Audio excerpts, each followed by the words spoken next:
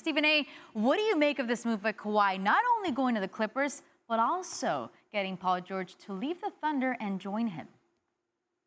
Well, I think it was a power move of epic proportions, and I think one of the people that you can credit, obviously, is LeBron James in a roundabout way. The fact that he's in L.A. at the Staples Center, the fact that he's in L.A. at the Staples Center and ultimately facilitated Anthony Davis arriving in Los Angeles with him, put the Clippers in a tremendous bind. Clearly, they wanted Kawhi Leonard desperately. He's a superstar and a top 5 player in the game. Nobody's denying that. But the other thing that you have to take into consideration is that if you don't get him, then you're talking about the possibility, the threat of Kawhi Leonard being able to still be in the same arena, in the same city, playing with LeBron James, as opposed to you. And if you're the Clippers, you've got the richest owner in the sport. Your right-hand man is arguably the greatest executive in the history of the sport. And you have a Hall of Fame caliber coach in Doc Rivers. You got all of that at your disposal. And still, you're the fair-weather stepchild compared to the Los Angeles Lakers because all the stars came to them instead of you. Obviously, the Clippers could not allow that. So that's why not only was Kawhi Leonard able to facilitate his arrival in L.A., but he did so by ensuring that Paul George arrived with him, and the Clippers were willing to surrender what amounts to 5 first-round picks and 2 players. Unbelievable move on Kawhi Leonard. Unbelievable power play. And you know what's also crazy? The little brothers in both New York and LA Clippers and Nets making some pretty big moves. What do you think about that?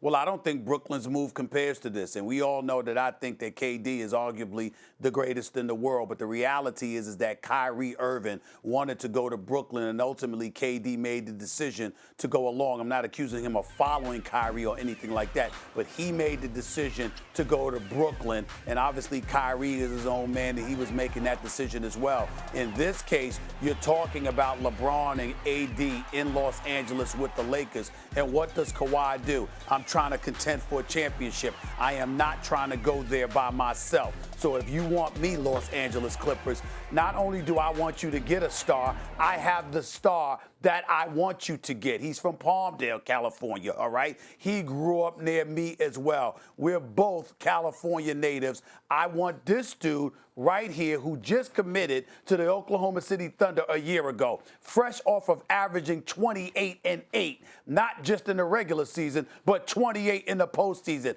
He's considered one of the best two-way players in the game. Paul George is a superstar in his own right, and supposedly he was supposed to be with Russell Westbrook for years to come. I want you to go get him and bring him to Los Angeles with me, and I will come and be a Clipper.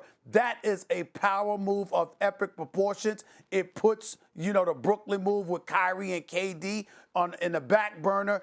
And right now, the focus of the basketball world has descended upon L.A. because of it. We're not talking about just the 41 nights a year when the Los Angeles Lakers have a home game. We're talking about the 41 nights a year the Clippers have a home game too. So essentially, 81 nights a year of basketball in L.A. is going to, attract the eye of the basketball world. I don't think Brooklyn's move compares to that, KD and Kyrie in Brooklyn. It doesn't compare to what Kawhi just pulled off last night. It's such a players' league. All right, so now that the big name free agents have found a home, Stephen A., who's your favorite in the West?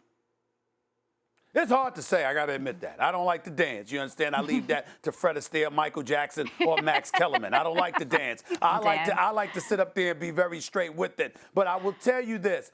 You think about LeBron James, who I think has a chance to be league MVP this year. I think he's going to come back like a monster next year and just wreak havoc. Him with Anthony Davis obviously is incredibly formidable. But then you look at the Clippers collectively. You know what Kawhi could do. You know what Paul George could do. You re-signed Patrick Beverley. Zubac was 21 years of age when the Lakers traded him, a 7-footer who could play a little bit. But Montrezl Harrell, he's still there. Lou Williams, your 6th man of the year, is coming off the bench. You look at what the Clippers have assembled, and to me, it's a pick-em.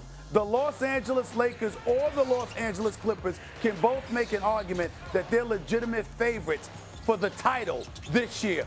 Both teams in Los Angeles, it's literally a pick 'em right now. There you have it. Once again, Stephen A. Smith helping us make sense about the craziness after a huge night in the NBA of breaking news. Thanks for watching ESPN on YouTube. For highlights and analysis, check out the ESPN app. And for live streaming and premium content, check out ESPN+.